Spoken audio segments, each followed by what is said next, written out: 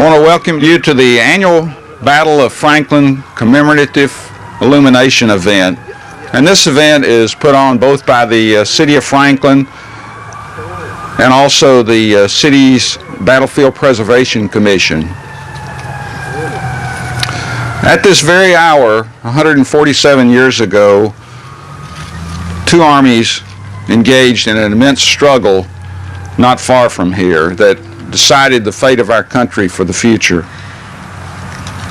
By 9 p.m. that night, the fighting largely had subsided, but the cost was the loss of 10,000 lives almost. Some of those casualties of that battle are buried here in Rest Haven. The luminaries lit here tonight commemorate those brave men who gave their lives in this battle. As we stand here and sit here tonight, I don't think any of us can imagine the hell that happened just up the road. What went through the minds of those soldiers as they were charging the breastworks.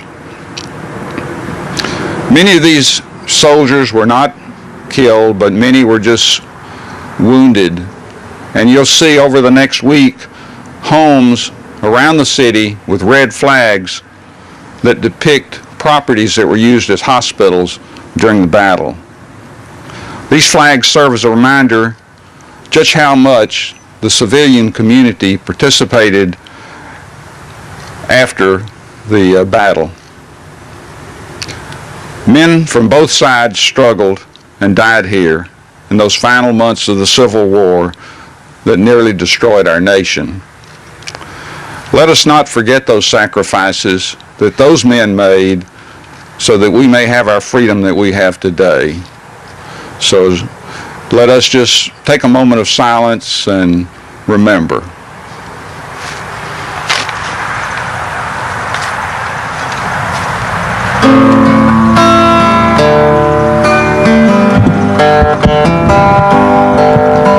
For some old boys, the morning sky is always blue. But for me, all I see is rebel gray. I'm walking back to Georgia from somewhere way up north, and Dixieland just seems so far away. I'm heading back down this endless road, doing what I can to get back home.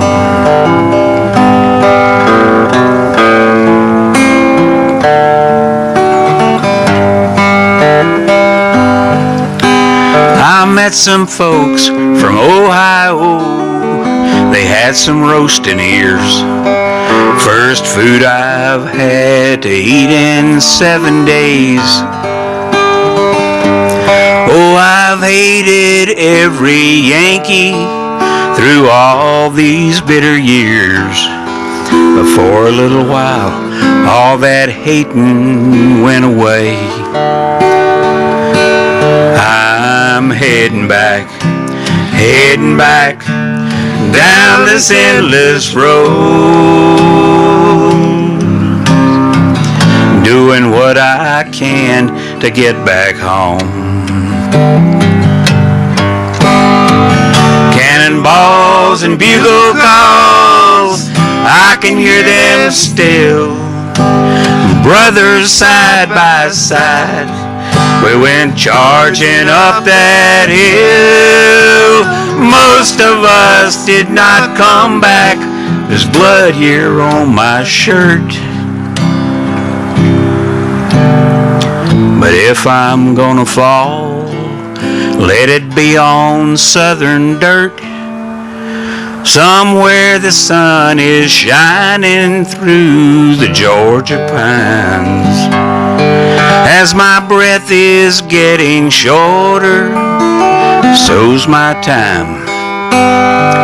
I let my thoughts just drift on back to where I once belonged. I hear heavenly voices sung with southern drawls. I'm heading back down this endless road, doing what I can to get back home. Oh, I'm doing what I can to get back home. Amen. Thank you.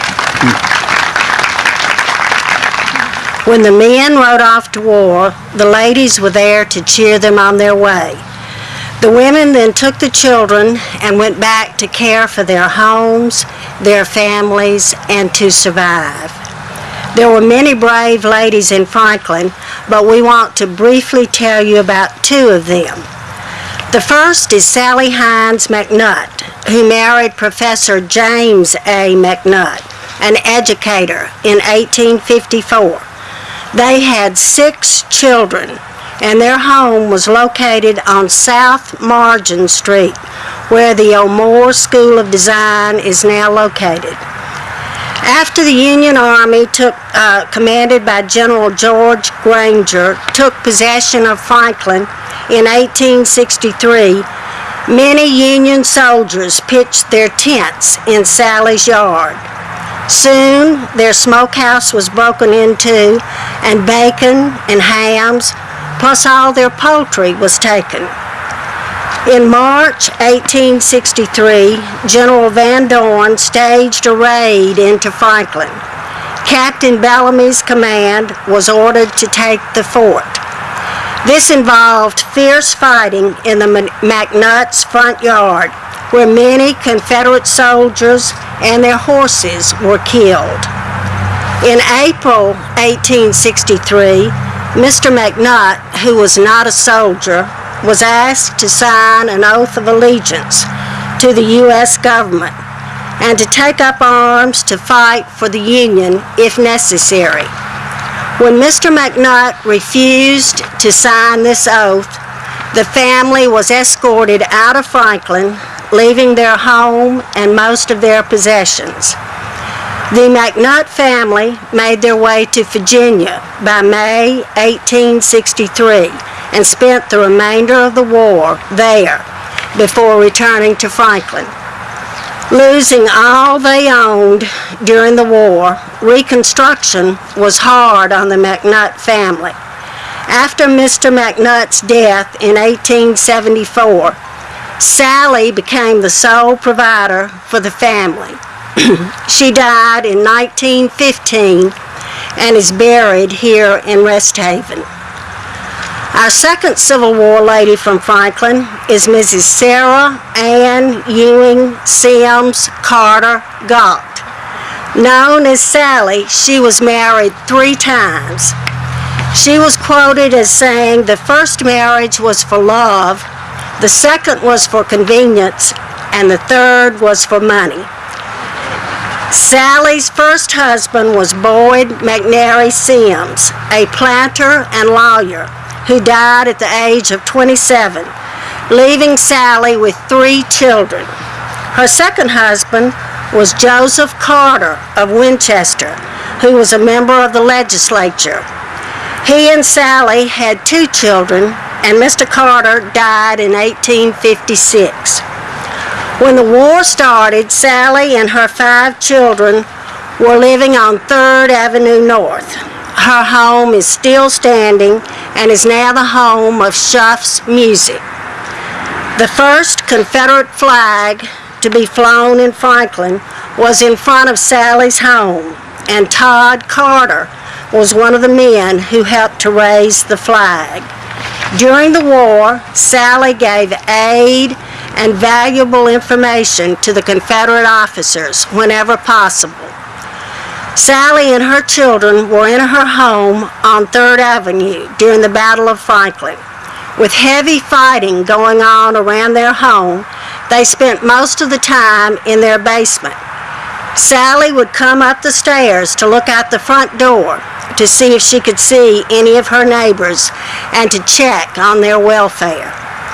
After the Battle of Franklin, General John Bell Hood stopped by her home to pay his respects on his way to Nashville with his army. Sally's home was used as a hospital for both Union and Confederate soldiers, and she was kind to all. In 1875, Sally married Judge John Galt and moved to Nashville. After his death in 1895, Sally returned to Franklin to be with family and friends. She organized the Franklin Chapter 14 UDC, and the chapter was chartered on October the 28th, 1895. Sally Ewan Galt was a woman of great beauty and wit, and often shared stories of her long and eventful life until her death in 1912.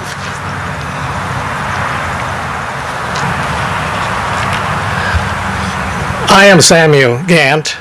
I was a soldier in Company K of the 1st Tennessee Regiment Cavalry, U.S. The cavalry was well known, and it was once referred to as the Fighting First of Tennessee, and it was commanded by a very young colonel, Colonel Brownlow, Colonel James P. Brownlow. And I want to tell you some of our experiences as we were fighting with Colonel Brownlow. He was a great person. But as we talk about him, I think we first need to introduce him as far as he was concerned here at Franklin. He was after the war, he was a highly respected citizen of Franklin. And at his funeral, I have these notes from his funeral. I had to come to see my colonel. He was a very great person. We citizens and ex-Confederate soldiers of Williamson County have heard with great regret of the untimely death of our fellow citizen, General James P. Brownlow. He came to us during the war a stranger and an enemy, holding the rank of colonel in the Federal Army. Even while occupying this relation, he won the admiration of our soldiers for his valor and the kindness and justice to non-combatants. He was thoroughly imbued with the courage and chivalry of a Tennessean. He lived long enough with us after the war to change our esteem and respect into affection. Colonel Brownlow died at the age of 36. And as his funeral was held, part of this also states, on the motion of R.N. Richardson, Esquire, the following gentlemen, all ex-Confederate soldiers, were appointed pallbearers to meet his remains at the depot and convey them to the residence of Dr. D.B. Cliff and then thence to the grave. His pallbearers included former Colonel McLemore, who is buried also in this cemetery. And it included all ex-Confederate soldiers, some of them officers, some of them enlisted men. They were judges who were in this as pallbearers, and as he was carried to his grave, which is over here, a short distance away. But as we look at Colonel Brownlow, he was the most amazing person. I joined the Union Army from Greene County, is where my parents lived. They were farmers there. And we were mustered in at Camp Graber up in Kentucky, near Flat Lick, Kentucky. And from there we served in the eastern part of the state part of the time, and we then were changed from, this was first a cavalry, was first infantry unit, the 4th Tennessee Infantry, and then later was changed to the 1st Tennessee Cavalry. But Colonel Brownlow first came into the military as a private in 1861. Before his 19th birthday, he was elected captain of Company C of the 4th Tennessee Infantry. And within a few months, by the time he had turned 19, he was made a lieutenant colonel of the regiment. And as a lieutenant colonel, he did have some action here at Franklin. He came into Franklin on a raid, took some prisoners, and returned to Nashville. He then led us over into the Triune area under orders, and in Triune we were traveling south. Well, actually, we had encamped over at the Concord, where the Concord Baptist Church was, and from there we moved on down the pike and are going down towards College Grove. Well, a Colonel Patterson of the 4th Alabama Confederates decided to attack us, and as they came up to us from the rear, and the colonel ordered us to attack them. So we turned around and charged them, and Colonel Patterson later wrote that said those mountaineers just came whacking at us all the way up there as came and they gave us an awful whopping. But he served then over in the Triune area for some time. We served over there. And then later we went back over to East Tennessee, and East Tennessee we became part of McCook's brigade in the battle for Atlanta. And there we had some very interesting action. We came to the Chattahoochee River. Well, General Joe Johnson had ordered his troops to cross the Chattahoochee, but we were stuck. He had taken the river was in flood stage, and Joe Johnson had removed all the ferries, and we could not cross at any of the fords, and so we were on one side of the river. But the colonel's commanding officer told him for him to cross that river and attack the rebels. Well, and not only that, he threatened him, said if he didn't do that, that he would take disciplinary action against him. So the colonel came to us one evening and said, I need 9 good swimmers. Now this was in July, and I volunteered to go with him. But what he didn't tell us was what our mode of attack. He told us, okay, we're going to attack them. We'll have to swim the river, strip. And so we had to take all of our clothes off, leave them on one side of the river, put our weapons on a raft, and swim across the river with the weapons on the raft. He left one of the guys back to watch the weapons, and we had to go through these woods naked, briars cutting at us, our bare feet, and we attacked. We were screaming out of the woods. And the rebels were really surprised at a bunch of naked men coming out of there, but we did have our weapons, and so we were shooting at them and yelling. And they were so surprised. Most of them left, but about a dozen of them didn't, and we captured them and made them swim back across the Chattahoochee. The next morning, one of the rebel fellows came over to the other side of the river and yelled across, "Hey, Yankees!" And they said, "What do you want?" "We want you all to dry off. We want you ones to stay on that side of the river. We'll stay on ours." But anyway, that was one of the unusual expeditions of the entire war. But it led to a great deal of respect for our colonel, Colonel Brownlow. 20 years old as a colonel, and following the war, he was breveted a brigadier general at age 22. So right here in the cemetery at Franklin, we have a very interesting person. Also, we might add, the reason he is here in Franklin is that on September the 2nd of 1864, out on Breezy Hill, just beyond by Winstead Hill, he was leading the regiment as a group of rebels came in to destroy the railroad, the Nashville and Decatur Railroad. Well, in that battle, it was a battle in which a general, General Kelly, John Kelly, was mortally wounded for the Confederates, and he later died in the Harrison House. And General Brownlow was very seriously wounded. His wounds were thigh wounds, and he nearly bled to death.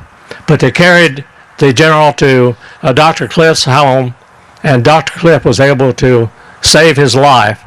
And while there, he became very much in love with Belle Cliff, Dr. Cliff's daughter, and they married. And as I mentioned, that Colonel Brownlow, later General Brownlow, died at a very young age, but his wife had preceded him in death by 1 year. She had died a year earlier, and some say that he died of grief. He went back to Knoxville, his home, and there died of grief. And their 2 children had died at a very tender age. And so we have the family buried over here. General James P. Brownlow, his wife, Belle Cliff Brownlow, and their 2 children in the same burial section of the cemetery as Dr. Cliff. Thank you.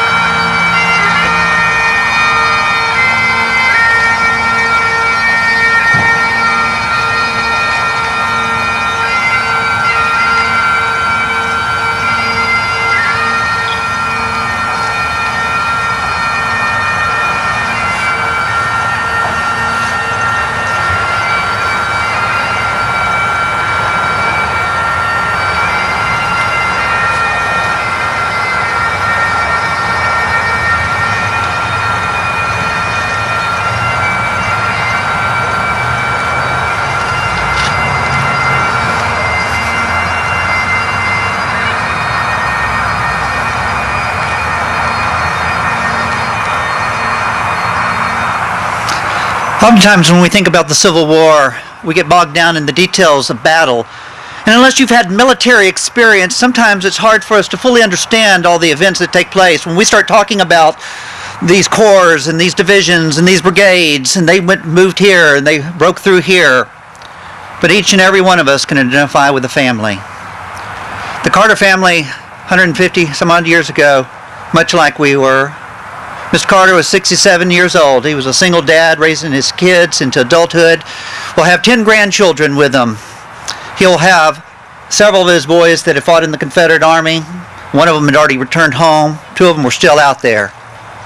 The story of Todd Carter is an amazing story. When you think about the events of this family and what they went through and what they must have experienced on that particular morning. See, the battle had taken place November 30th, 1864, but it'll be the next morning when they find out the fate. Imagine what it must have been like for that family hiding down in that basement as they hear the artillery pieces going off in their own backyard, the ground literally shaking, the dust from the rafters of the ceiling and on down into the basement to where they were, the air that they would have breathed, the smells of the sights and the sounds of battle. Mr. Carter, with his adult children, those grandchildren, neighbors, 24 to 28, depending on which count you read, hiding in that basement. As the battle approaches closer and closer, finally that breach takes place in the Federal Works. The house is engulfed in the battle. The house would have caught fire. Everyone would have perished, locked down in that basement with those metal bars down there. If you've ever been down there, you know exactly what I'm talking about.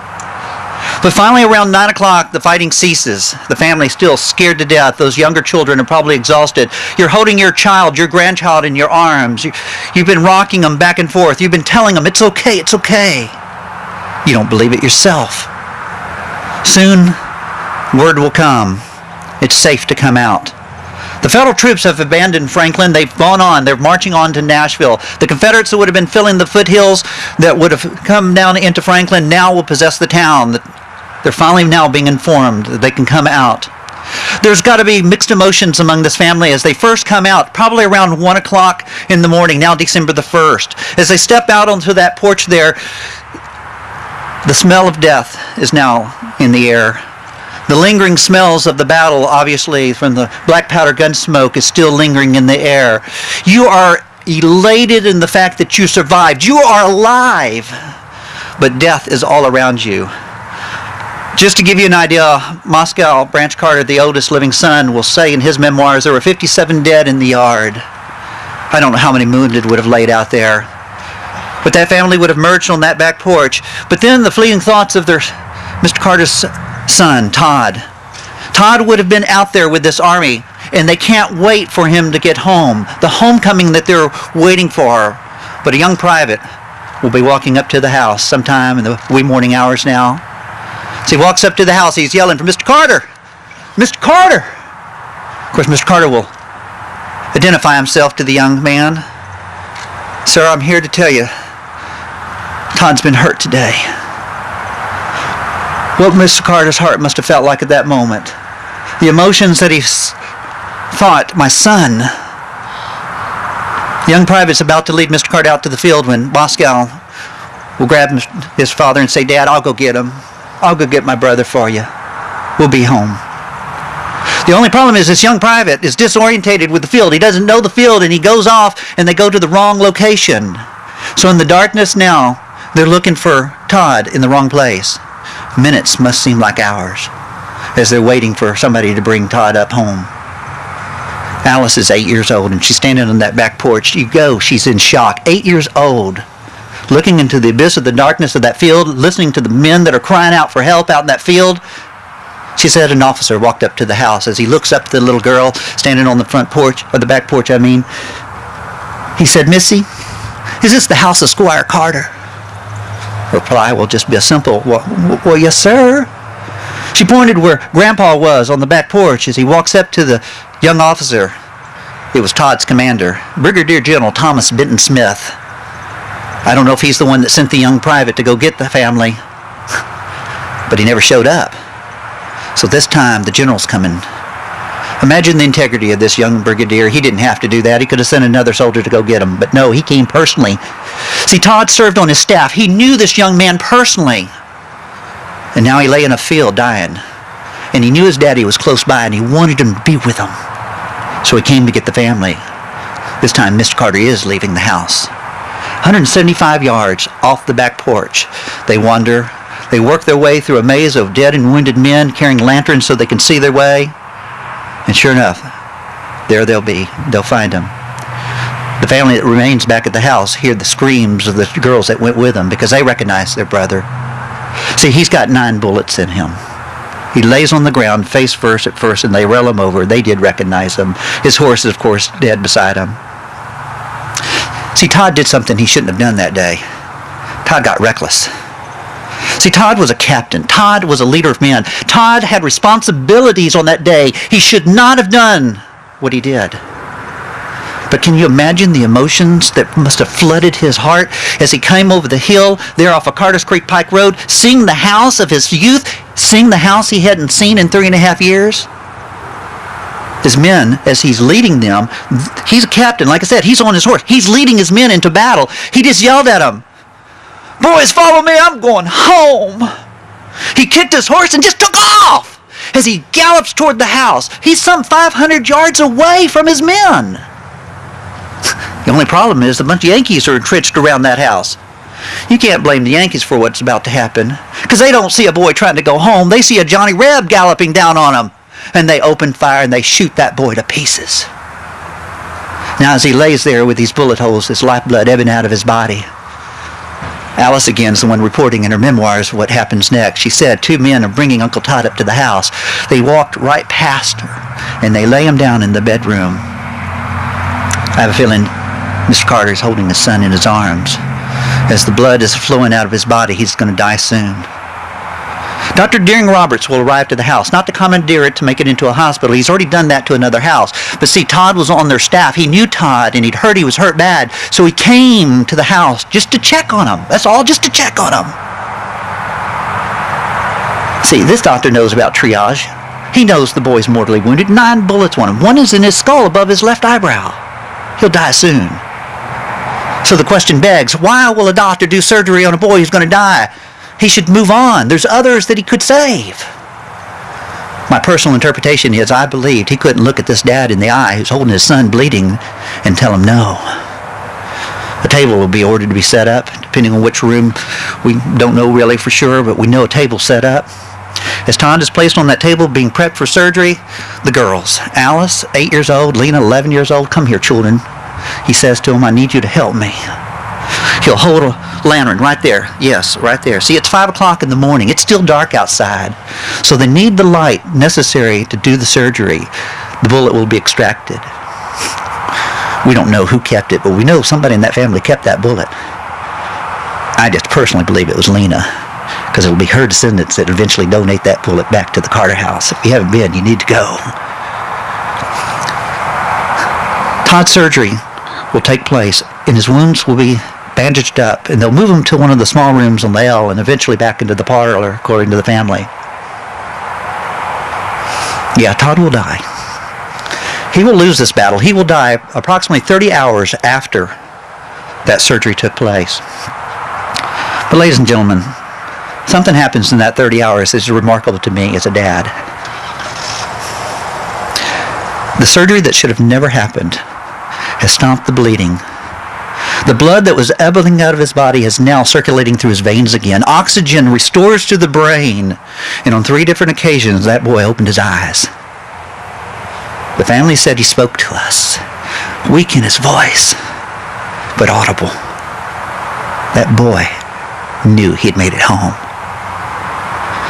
See, this war we try so hard to understand. Official records say some 620,000 men died in this war. There are stories of men dying in their hometowns. In Gettysburg, there's a story of a boy dying in his own cornfields. But a story of a boy that fought in a battle in his own yard. Mortally wounded, should have died in his father's arms, but a surgery that should have never happened allowed him to live long enough to know that he was home. What an incredible story we have here in Franklin. Thank you.